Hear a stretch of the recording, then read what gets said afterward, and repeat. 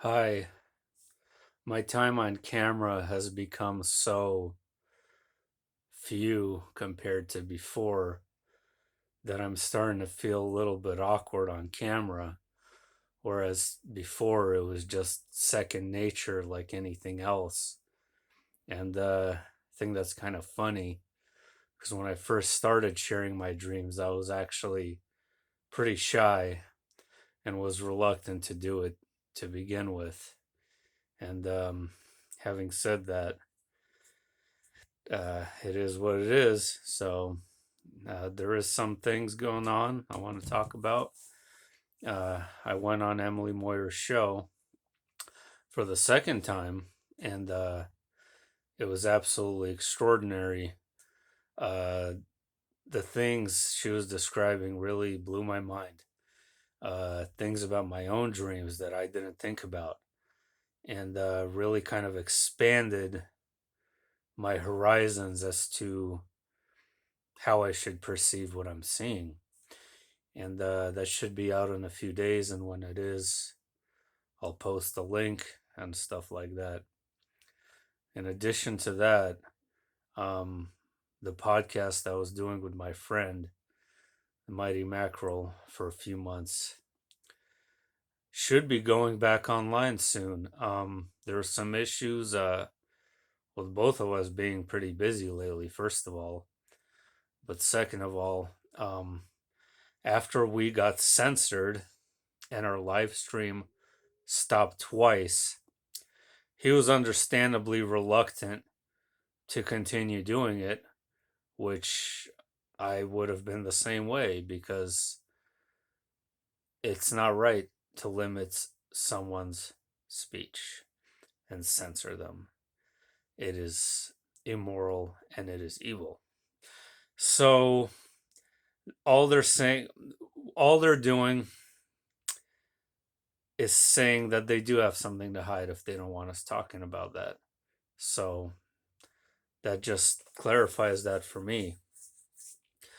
Um, I don't know what's going on with this Florida thing, but I hear that John McAfee had a condo in that building. Now, that would be one of the most remarkable coincidences on the face of the earth if true. Um, really a symbolic event, I think, and a very unfortunate event. But I think it's some kind of code for it's some kind of a symbolic code for people in the elite class to be aware of another certain future event, which is yet to come. And I think a lot of these events are like that. They are marker points, for lack of a better term. And, but it is what it is, you know. We'll find out what happened, or we won't, I guess. I don't want to revisit this dream again, guys, but I feel like I have to. I feel like what Emily told me about this dream I had, which I probably had about a couple of years ago now. And for those of you who haven't seen the video, I posted it a week ago. It's called Revisiting an Old Dream, if you want to see it.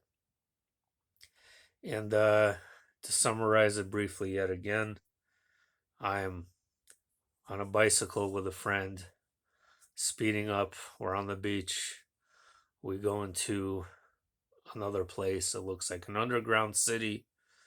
It's very cyberpunk like, techno, kind of retro neon lights, but very dark and dingy and disturbing at the same time. We're stopped by two cops. The guy I'm riding a bike with, his arm got scanned. I didn't have a scan. I panic, and they told me I wasn't from my time. And I asked them what the year was. They said they didn't know exactly because the bankers hold the time. And they put me through a portal and brought me back to my own time. Now, the person I was riding with, um, the perceived friend, so to speak, I was never able to get a clear look at who it was. So as I'm going down this path on the bicycle, it's almost like his image was deliberately blurred out before me. And what makes this interesting is that Emily says, she asked me, what if that was both you? Which I never even gave a second thought. And that is incredible to me. What if those are essentially split timelines? One of them has a mark, one of them has the quantum dot or whatever it may be, the tracker through your skin. Um, and you know what? I just wanted to clarify that it's not even remotely conspiratorial. This is inevitably where it's heading, where people are already, I believe, in some countries, purchasing things through a device in their skin. And this is not a conspiracy theory. This is going to become a very real reality, and that's how it goes. It's a transition phase. So you get used to, first all you have is cash and checks, and you exchange with those. Then they brought out the cards and you swipe your card. And then they put the chips in the cards. And after the chips in the cards, they put the thing that just scans, where you put the card and it just scans it. And after they put the thing that scans it, you just put your arm and scan it.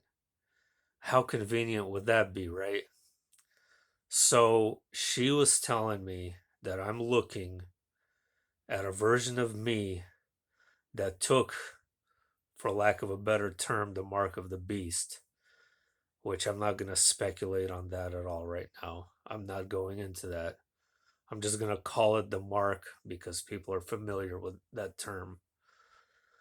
And another version of me, which was not scannable, like in the movie Idiocracy when he saw the doctor, right? He doesn't have a tattoo. It's a common theme in so many dystopian movies. Uh, Everybody's getting the scan on the arm, right? Um, I don't know of many movies that have it on the forehead, but I'm sure there are where you're scanned on your forehead as well. Like the barcode that's on the goat in iPad Go 2, right? That says 666 on it.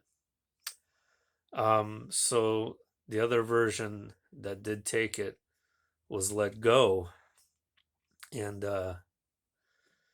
and I was taken back to my own time. Now, this was a real place. I'm just gonna straight out tell you that it wasn't just a dream at all. I know in my soul that many places, if not most, are very real, um, collective conscious manifestations of reality rather than my own doing. Um, and I often can tell the difference in a dream between something that perhaps my subconscious has created and a very real reality.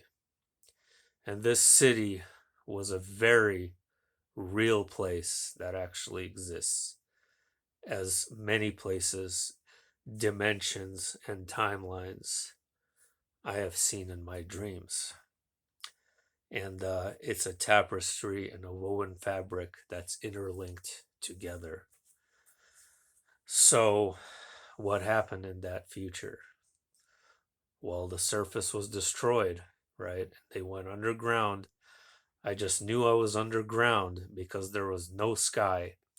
It didn't even look like there was a roof, though, either. So it was just blank. Like there was no depth perception to whatever was on top of me. It was just this kind of space, this city, this grid laid out with these very geometric buildings with no other context in anything else. It was just that space. If you looked up, you couldn't make out what it could be. It was just nothing. It was blank, right? So, um, again, we have many futures of such, right?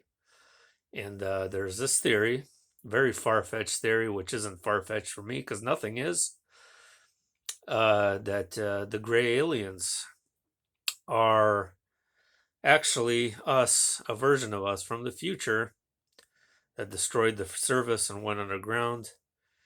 And would it really be too far fetched to assume that over millennia that they evolved into these sort of gray, little tiny squiggly creatures with giant eyes living underground that look more like bugs rather than humans?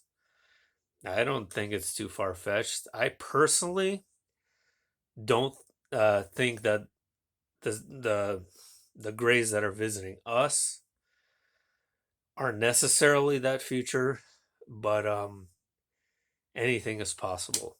Um, just something to point out, right? So anyway, no dreams. Mine is blank lately. Um, Send me some nice thoughts for me to have a dream, and I'll be happy with that. And I need that spark. It's been very blank every night, very nothing. So I'll see you later.